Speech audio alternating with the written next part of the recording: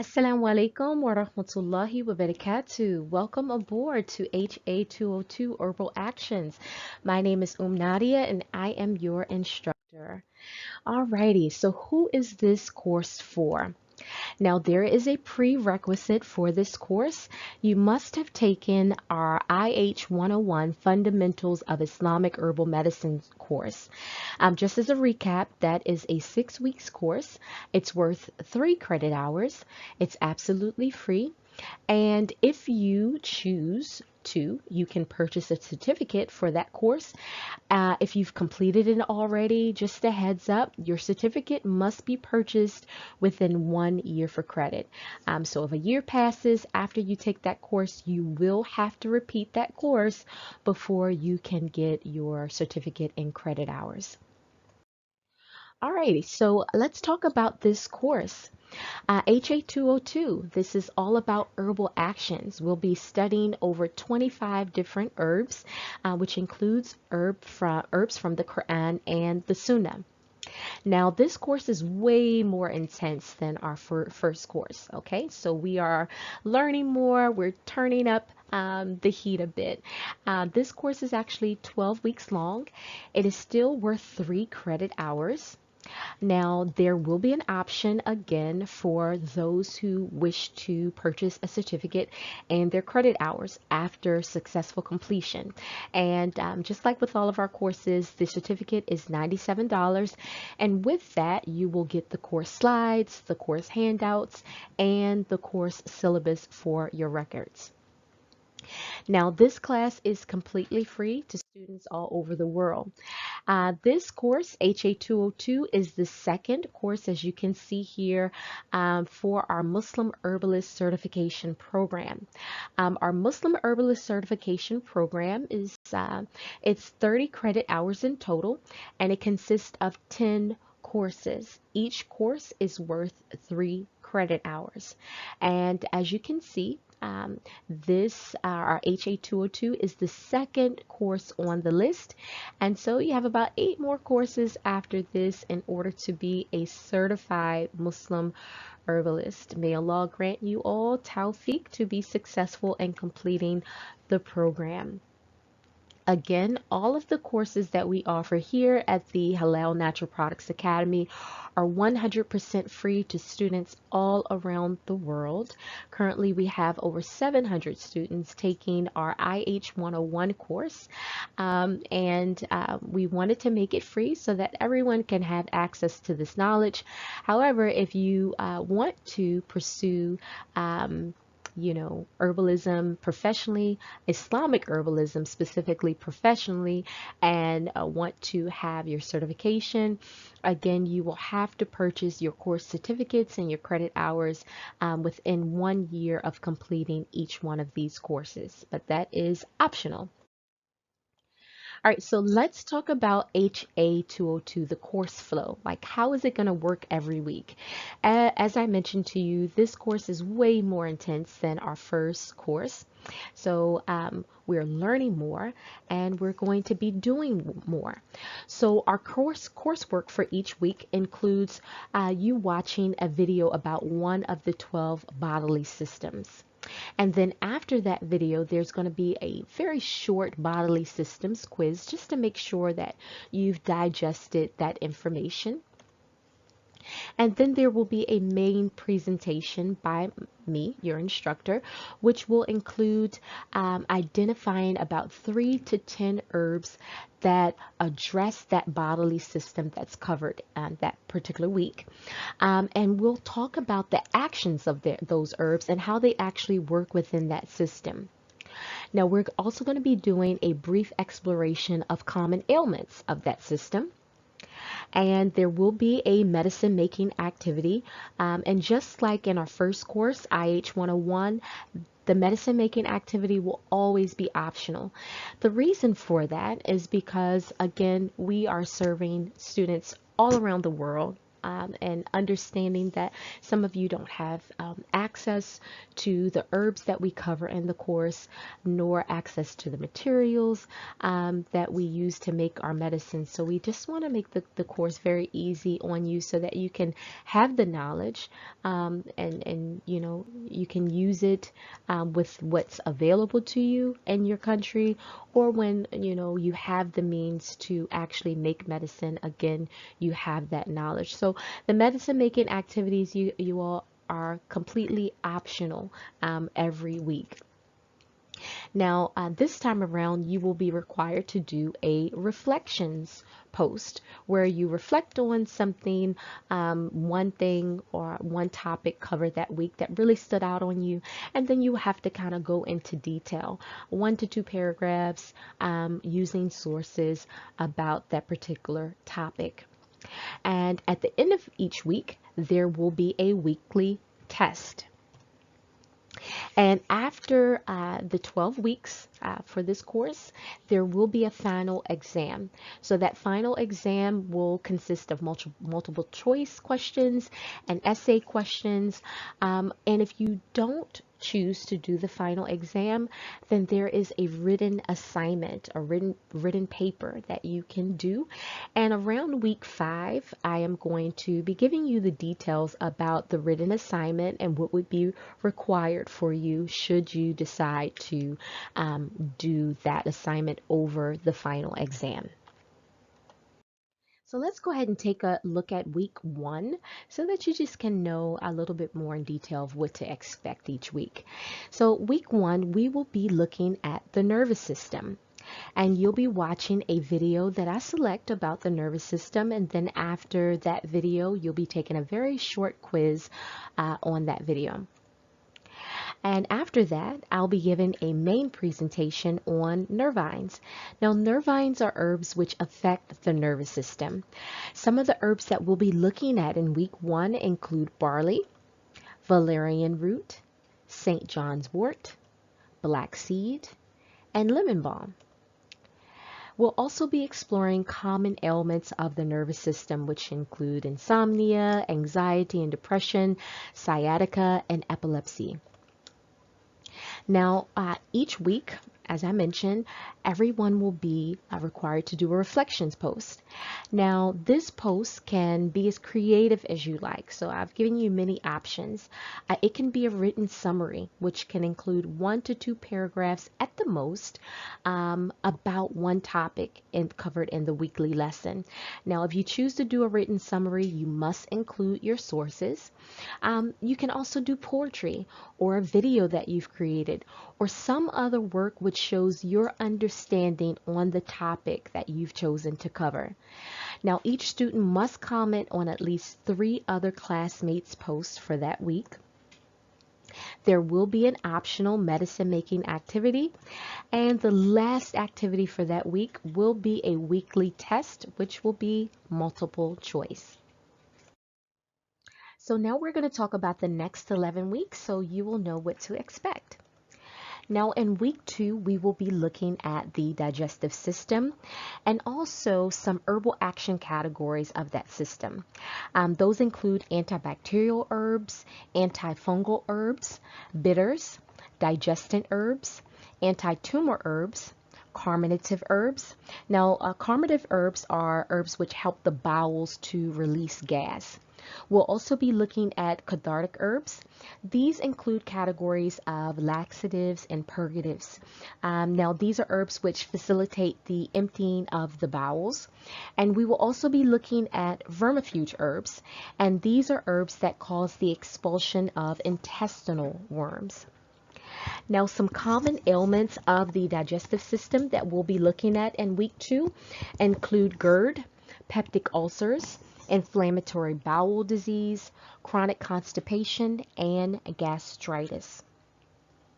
Some herbs that we'll be looking at this week will include barley grass, pumpkin seed, senna leaf, ginger root, milk thistle, fennel seed, chicory root, and also tansy.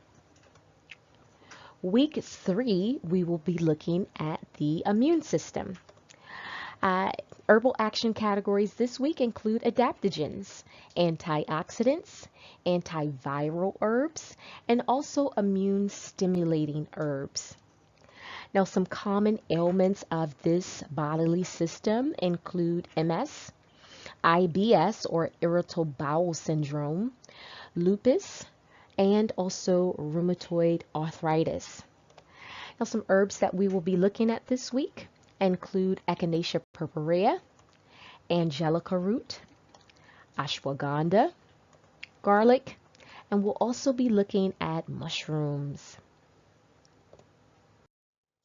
All right, in week 4, we will be taking a look at the circulatory system, and some herbal action categories in that system are antiplatelet herbs, blood-moving herbs, cardiac herbs. These are herbs that are beneficial for the heart, and also hypotensive herbs. These are herbs that lower the blood pressure. Now, some common ailments of this system that we'll be looking at are strokes, coronary heart disease, and also high blood pressure. Some herbs that we'll be working with this week include lemongrass, yarrow, hops, ginkgo biloba, turmeric, hawthornberry, and also garlic. Now, in week 5, we will be taking a look at the muscular system. Some herbal action categories in this system include antispasmodic herbs. These are herbs that relieve or reduce muscle spasms. Also, we'll be looking at anti-rheumatic herbs. These are herbs that lower the inflammation within the body, which can also help to relieve pain and swelling. We'll be taking another look at nervines this week. We'll also look at moistening herbs. These are herbs that moisturize the tissues and organs. And we'll also look at rubefacient herbs. And these are herbs that act as local irritants that increase the circulation on the skin, which can then provide pain relief. Now, some common ailments of the muscular system that we'll be looking at include muscle spasms, MS, and also muscle inflammation. Now, this is the week that we'll be doing topicals. So there are quite a few herbs and cold pressed oils and essential oils that we'll be working with this week. And they include castor oil, peppermint essential oil, rosemary essential oil, lavender essential oil, black seed oil, mullein, boneset, nettle, camphor, and also cayenne pepper. In week 6, we will take a look at the skeletal system. Now, some herbal action categories in this system will include bone building herbs, blood building herbs, and also blood purifying herbs. Some common ailments of this system that we'll take a look at this week will include osteoporosis and leukemia. Herbs that we will work with in week 6 include dong quai, burdock root, and also blue vervain. In week 7, we'll be taking a look at the respiratory system. Herbal action categories of the respiratory system include decongestants, also demulcent herbs. These are herbs which soothe irritated or inflamed tissues of the mucous membranes. We'll also be looking at pectoral herbs. These are herbs that affect the diseases of the respiratory tract. Bronchodilator herbs. These are herbs that allow for freer movement of air in and out of the lungs. And we'll also look at antitussive herbs. These are herbs that either relieve or reduce the urge to cough. Some diseases that we'll look at in week 7 of the respiratory system include asthma, COVID, and also upper respiratory tract infections. This week we will be working with fenugreek, black seed, watercress, green tea, flaxseed, licorice root, red clover, and mullein.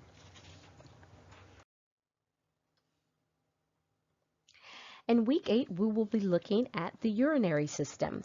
Herbal action categories of this system include antiseptic herbs, antibacterial herbs, antifungal herbs, and also diuretic herbs.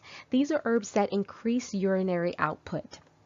common ailments of the urinary system that we'll look at in week 8 include urinary tract infections and also edema. Edema is excess swelling that's caused by extra fluid that gets trapped in the bodily tissues. This week we will work with the following herbs: pomegranate, uva ursi, and also dandelion leaf. And week 9 we'll take a look at the endocrine system. Herbal action categories of this system include hypothyroidal herbs. These are herbs that are useful for people with hypothyroidism. We'll also be looking at thyroidogenic herbs. These are herbs that affect the nutrition or the activity of the thyroid gland. We'll also look at adrenal tonics. These are herbs that support the adrenal function. Common ailments of the endocrine system that we'll take a look at in week 9 include diabetes and also hypothyroidism. Herbs that we will work with in week 9 include black cohosh, American ginseng, lemon balm, and also blue vervain.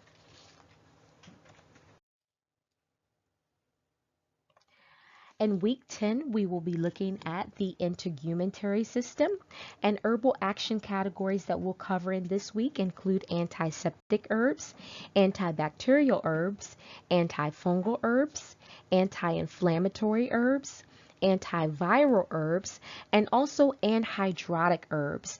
Now, these are herbs that slow the production of sweat. Some common ailments of this system that we'll cover in week 10 include acne, herpes, psoriasis, and also sweating and body odor. So just like in week 5 where we covered the muscular system, week 10 is going to be all about topical medicine making. So if you want to jot a little note to yourself, that weeks 5 and 10 will be our topical medicine making week. Or weeks. So in week 10, we'll work with the following herbs. We'll work with sage, purple rum root, lavender essential oil, thyme, and also tea tree oil. In week 11, we will cover the lymphatic system. We will cover a host of lymphatic herbs, and common ailments of the lymphatic system that we'll look at in week 11 include lymphadenopathy, and this is swollen lymph nodes, and also we'll look at lymphedema, and this is blockages in the lymphatic system. So the herbs that we will work with in week 11 include echinacea angustifolia, red clover, astragalus, ashwagandha root, turmeric, vitamin C, and also mullein.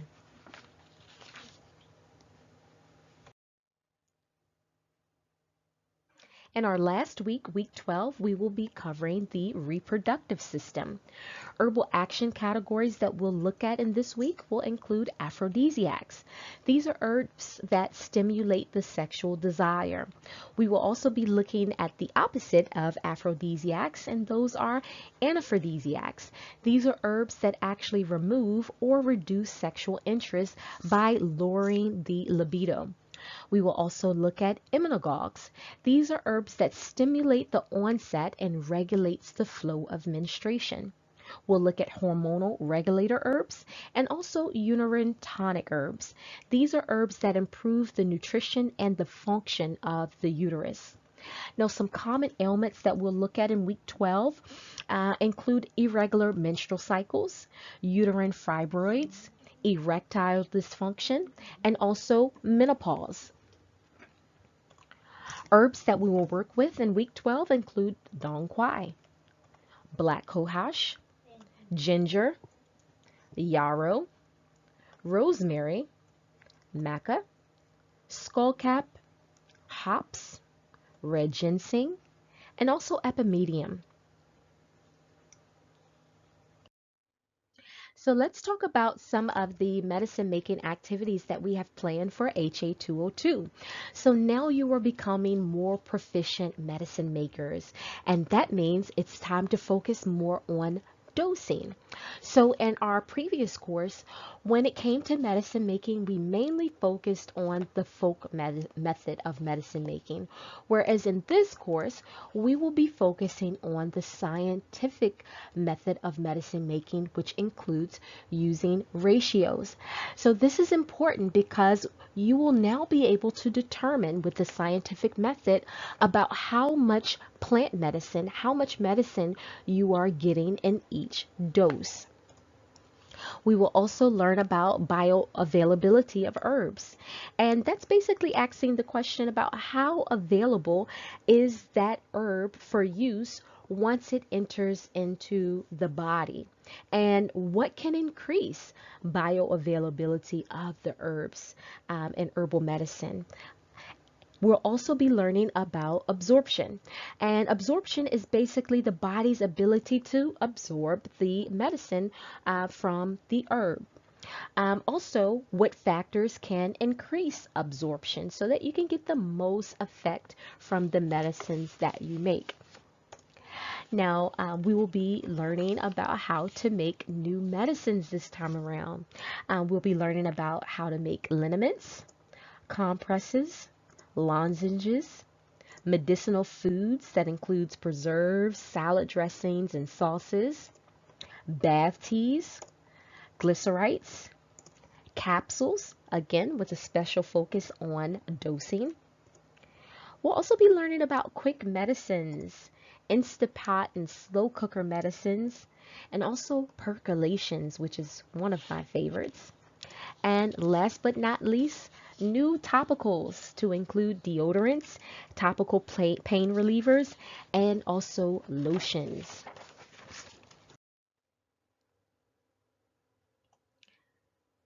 So herb kits for HA202. This time around, we're doing things a bit different. All herbs will be sold individually. Now, the reason for that is because every week we're covering so many herbs, between 3 and 10 herbs. And in order to make this very affordable for you all, I wanted you to be able to go through each week. And I will supply a copy of this presentation as a PDF download. That way you can print it out and you can see which herbs we'll be working with every week. You can go through this handout and you can choose 1 or 2 herbs every week that you would like to work with. So for instance, for week 1, you might look at that and say, well, I want to, work with black seed, or I want to work with lemon balm. And then you can go and you can purchase those individual herbs. Every one of our medicine making activities, you can use any one of the herbs that's listed for that week in the medicine making activity. So please don't feel as if you have to, if your intention is to do the medicine making activities, don't feel as if you have to go out and buy all of the herbs listed. No. The reason why we're doing it that way is because we want to cover a lot of these herbs so you can become, very knowledgeable about a wide range of herbs that can be used in each body system. But also, you can go through and pick which herbs you want to get to know the best by making medicine with them. So again, don't feel as if you have to go out and buy them all. You can pick 1 or 2, or you can even say, I'm just I want to focus on the nervous system. I want to focus on the immune system. So I will buy herbs just for those systems. Completely up to you. And again, the reason why we're offering individual herbs this time around is so you can customize your learning if you're choosing to do the medicine making activity by really picking out the herbs that you really want to explore. So also the supplies will be sold separately this time around. Last course we had the supplies, the bottles and the tin cans all in the kit. This time around there's so many medicine making activities that you will need so many more bottles and tin cans that you're definitely going to have to purchase them separately. So the bottles and tin cans will be sold in sets of 6 or 12, and you will be able to purchase those. Additionally, I just want to let you know that the herbs and the supplies will be available online starting on March the 1st, inshallah. So speaking about online, last course you were only able to purchase your herb kits on divineayat.com, which is my website. You will still be able to go on there and purchase your individual herbs and also purchase your supplies, and international shipping is offered. But last class, I was hearing you guys, most of you started, and sometimes you were able to find the things that you needed on Amazon, and it was convenient because you either got 2-day shipping or you got free shipping. Definitely understand that. So what I've done this time around is our herbs and also supplies will be available for you on Amazon.com. So we're going to do fulfillment by Amazon. So what that means is, we won't actually be shipping out the herbs from Divine Ayat. They will actually be shipped by Amazon. So they will have a certain amount of our inventory that they will be shipping worldwide for us, inshallah, starting on March the 1st. If you're a Prime member, that means free shipping for you. And also, if you for some reason don't have access to Amazon in your country, but Etsy, our herbs in bulk and our supplies will be on Etsy. And once our herb kits are available, you all will receive a notification where you can come into your classroom and you will be able to have the links to our Amazon store and also our Etsy store, and again, the website, should you decide to support our efforts and buy your herbs through Divine Ayat. So let's talk about some things that you're going to need for this course. Now, this is for medicine making, and it's also just in general. I definitely recommend that you have 2 notebooks. Now, one notebook should be for your notes on the bodily systems presentation, and another notebook for your main presentation, the one that I'll be giving. I recommend that you have a binder to keep your quizzes and your tests in. This is completely optional. Now, your supplies for your medicine making activities. I recommend that you have 2 gallons of apple cider vinegar with the mother, and if possible, make sure it's organic apple cider vinegar. 3 gallons of distilled water. You're going to need about 12 32-ounce mason jars for your medicine making. About 32 ounces of organic honey. About 32 ounces of vegetable glycerin. About 32 ounces of olive oil, or any base of your choice. If you can remember from our HA201 course, some of you decided to use, I think it was apricot. I've seen a couple of students use jojoba. So it's the base of your choice, but I'm recommending olive oil. Also, you're going to need some cheesecloth for straining your herbs. You're going to want to use glass measuring cups. I know it's very convenient, especially here in the States, to go to like Dollar Tree or Walmart and pick up like the plastic measuring cups.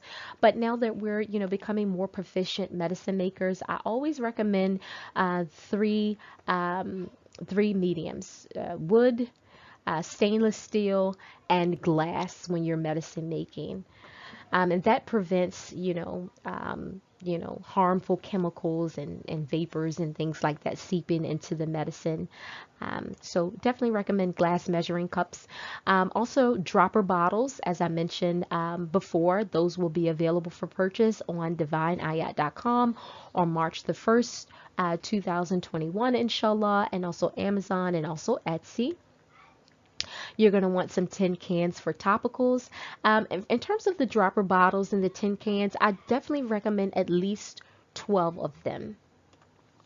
You're going to want your herbs for your medicine making activities, which again will be available on those 3 websites that I mentioned, divineayat.com, Amazon, and Etsy on March the 1st, 2021. You're going to want to have some labels, so you can label your medicines that you're macerating. And also you're going to want some masking tape if you don't have access to actual labels.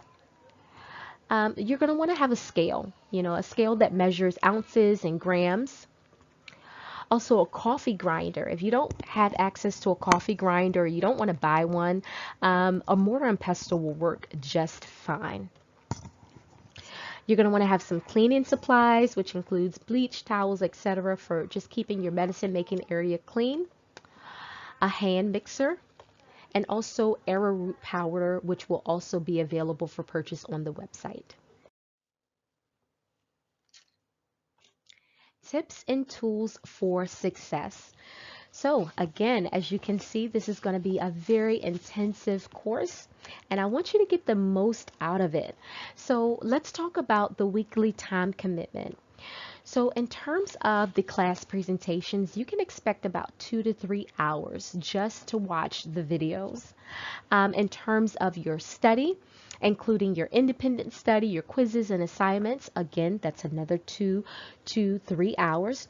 So every week, you're going to want to factor in and make sure you have at least 4 to 6 hours dedicated for this course. So that means that over the 12 weeks of this course, that's about 48 to 72 hours for this 12-week course. So just some tips for students' success. Of course, you want to make sure that you're getting enough sleep. And we covered the importance of sleep in our last course. The first week of this course, we will talk more about sleep because it's super important. And I challenge you to print out your sleep journals from our last course and keep a sleep journal throughout this course. This is my challenge to you because it's going to be super important and keep you on track in what we're doing here. Also, diet. Just some, humble advice from me to you. Food is medicine, and it plays a huge role, especially when you're using those brain muscles and learning new material. So make sure you support your body by eating plenty of healthy foods. And also fasting. Every year I like to do this for myself, my family, my friends, my clients. I like to do a fasting calendar. And so this fasting calendar, basically, all the days that it's recommended Sunnah, and also the obligatory fasting is listed on this calendar. But what I like to emphasize on are the white days every month. And there's a hadith about fasting the white days every month, and how, if you fast 3 days out of every month, then it's as if you fasted the whole month. So why is this important as a tip for student success? Well, we're asking Allah for tawfiq. We're asking Allah for success. And we have to, constantly make dua for consistency and for success, because la hawla wa la quwwata illa billah, all power and might comes from Allah. But when we ask Allah for things, we have to send good before us, so our food has to be halal, our clothing should be halal, our livelihood and the money that we're bringing into our lives should be halal.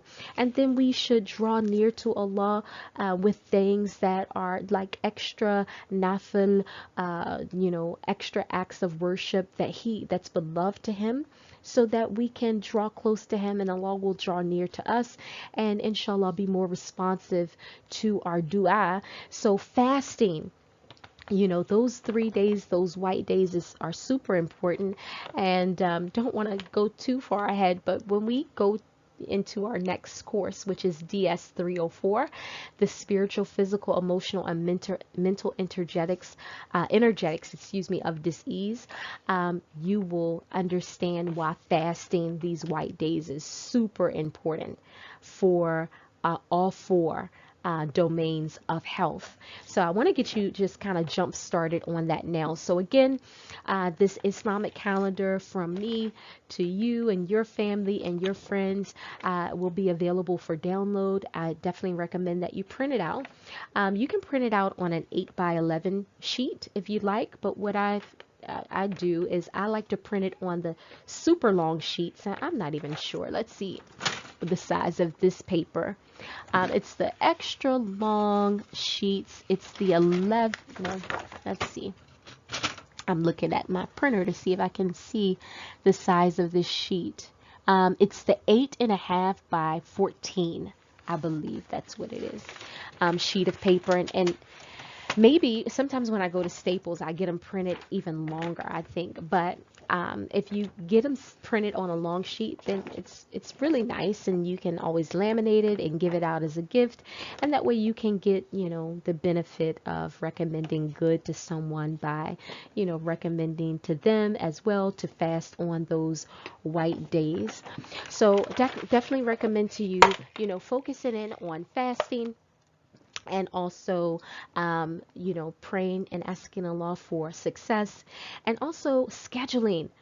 That is super important, because especially, for us sisters who, we're the queens of our houses. We, usually stay indoors if you're not working outside, and, we usually are indoors. And just because we're indoors, it does not mean sometimes we're busier than people who are outdoors with our family and our obligations and things of that nature. So having a schedule is important.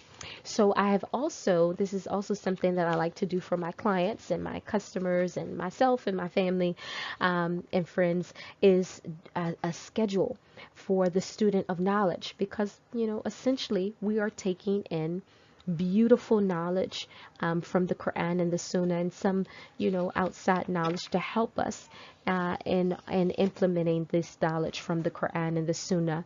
So this daily schedule for the student of knowledge, this will be available as a download as well, that you can go and you can print out, and just something to keep you accountable, to kind of give you your day's direction, and making sure that you are, accounting or, factoring in that 4 to 6 hours that's needed to, stay on pace with this course. All right, it's time to get ready for class. If you are taking this course with me in real time, today is Monday, February the 22nd. And as you know, our course doesn't officially start until March the 15th. But I'm putting this welcome video out for you because there's so many supplies, especially if you're doing the medicine making activity, that you can go ahead and start buying now, like your mason jars and things like that. And you can also start to get ready for class. Some things that you can do to get ready for class is to designate areas in your home for study, and also your medicine making areas and your herb storage areas. For me, I have 3 different places for each one of these things. Well, I actually have 2 places for study, and also 2 places for medicine making, actually, and 1 place that I store my herbs. So you want to start thinking about these places, if you haven't already, in your home that are going to be your little nooks for the 12-week course that we are doing. Also, you're going to want to purchase the mason jars that you need for medicine making, if you will be making medicine, and your bottles. And remember, if you are supporting our efforts here and buying your bottles, your dropper bottles from us, they will be available on March the 1st. But when you get them, you're going to want to sterilize them as well. Not the tops, not the dropper parts, but the actual bottles themselves. And what I like to do is, it's a couple of different options that I use. For one, I won't use the dishwasher, no soap.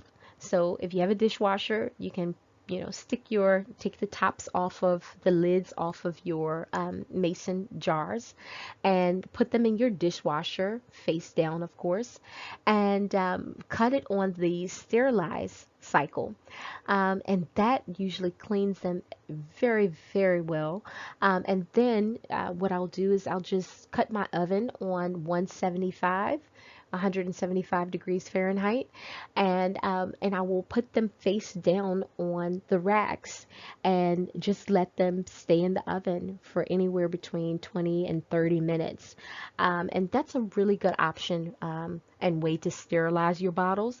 You can also wash them with soap and water. Boil a pot of water, use some metal tongs, and kind of just dip your mason jars in the boiling water, or let them sit in the boiling water for 3 to 5 minutes. And then after that, take them out and stick them in the oven to dry and to further sterilize. Again, putting your oven on 175 and putting them top down in the oven. And with your metal tops, you can wash those by hand. And if you do it that way, and I don't recommend the dishwasher, and the reason being is because they rust pretty quickly. And so it's good to wash those by hand and then dry them as soon as you've washed them with a towel that doesn't, won't have a lot of lint or, fabric to be left on the top, because again, you don't want any particles getting into any of your medicine making or anything like that. So dry them off, make sure there's nothing on them, and then you can stick them right in the oven in a pan, beside the actual glass mason jars. So you can start with your sterilization now. Also, here at the Halal Natural Products Academy, we offer Halal certification for natural products.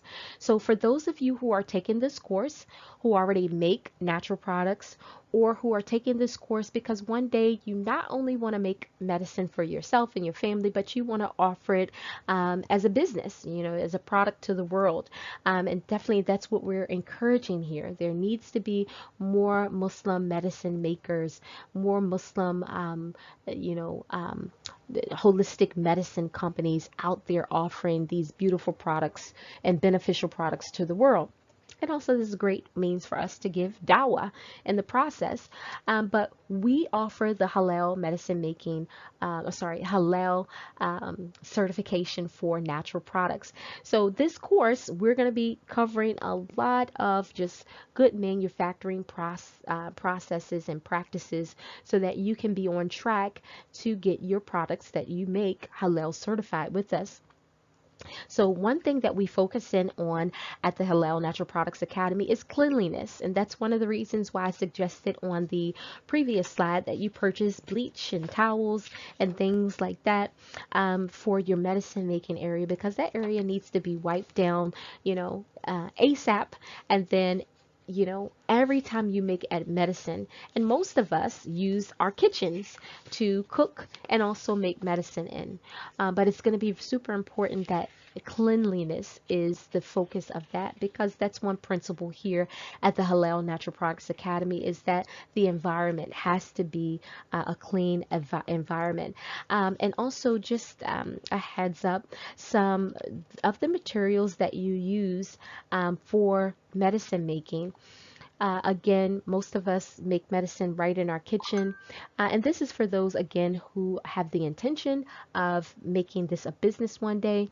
You're going to want to separate the materials that you use for medicine making and the materials that you use for cooking. And if this is your intent to make medicines to sell, then I would definitely recommend that you start to do that now. So like your measuring cups, you want to have measuring cups that you use just for you and your family in terms of just cooking, and then measuring cups that you use for product making for commercial use.